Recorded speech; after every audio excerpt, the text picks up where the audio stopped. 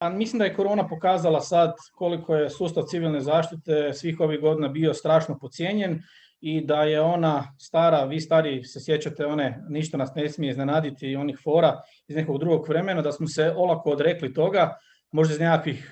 tulavih izgovora da je to nekako nasljeđe nekakve druge države. Očito je da je sustav civilne zaštite nešto što je užasno važno u modernom dobu. Nismo imuni na nesreće, nismo imuni na razne izazove koje nosi ovo naše okruženje, ne samo poplave, ne samo požari, eto i potresi, ali i nekakve male zelene bakterijice, virusi koji su svuda oko nas,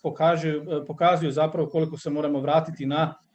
organiziranu nekakvu zaštitu na najširoj osnovi naših gradova i općina. Ako uspoređujete izvješće i plan, vidite da postoje određene razlike, da se za 2021. godinu planiraju nekakve dodatne aktivnosti, uključuju se dodatnih još nekoliko dionika u sam sustav civilne zaštite, što je svakako pohvalno, jer smo, nažalost, morali na svojoj koži osjetiti na koji način je,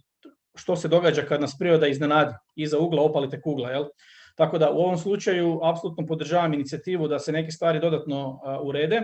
Isto tako možda bih skrenuo samo pažnju na činjenicu da unutar samog plana i strukture planiranja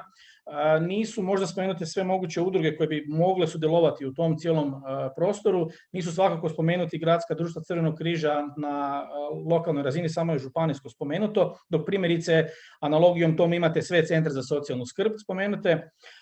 Uloga volontera i poticanje volontera na organiziranu pomoć je nešto što se događa, htjeli mi to ili ne htjeli priznati. Vidite i sami da je prvih dan, dva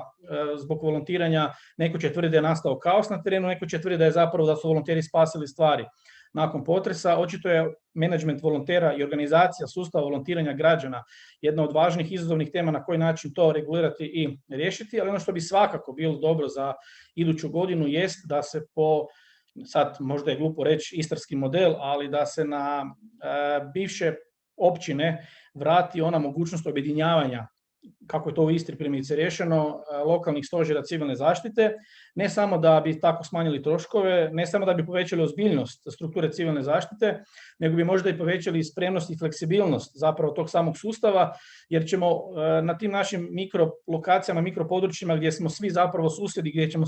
svima skakati u prostor jer nesreća ne pozna granicu lokalne samouprave,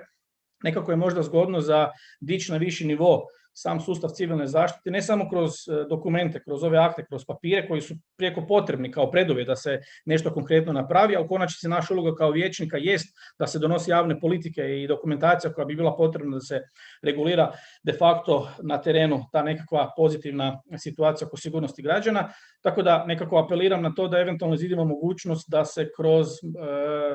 budućnost, kroz iduću godinu baš to pokuša okrupniti, objediniti nekoliko lokalnih stožera koji će raditi zajedno u, ne daj Bože, novim trenucima i vremenima ugroze. Ja zahvaljujem i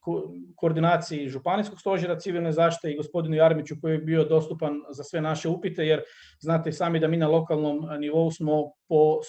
funkciji postali odjednom nekakvi načelnici stožera civilne zaštite, mi klinci nikad se nismo niti bavili s time, tako da je svaka pomoć od stručnih osoba prijeko potrebna, ali da ne talasamo, da ne bauljamo, mislim da jedna organizirana služba civilne zaštite može prevenirati puno nesreća i puno šteta koje možda nenamjerno se mogu dogoditi zbog nestručnosti ljudi koji vode zapravo taj sustav. Tako da eto, razmislimo malo o sustavu civilne zaštite koji bi bilo zgodno malo dići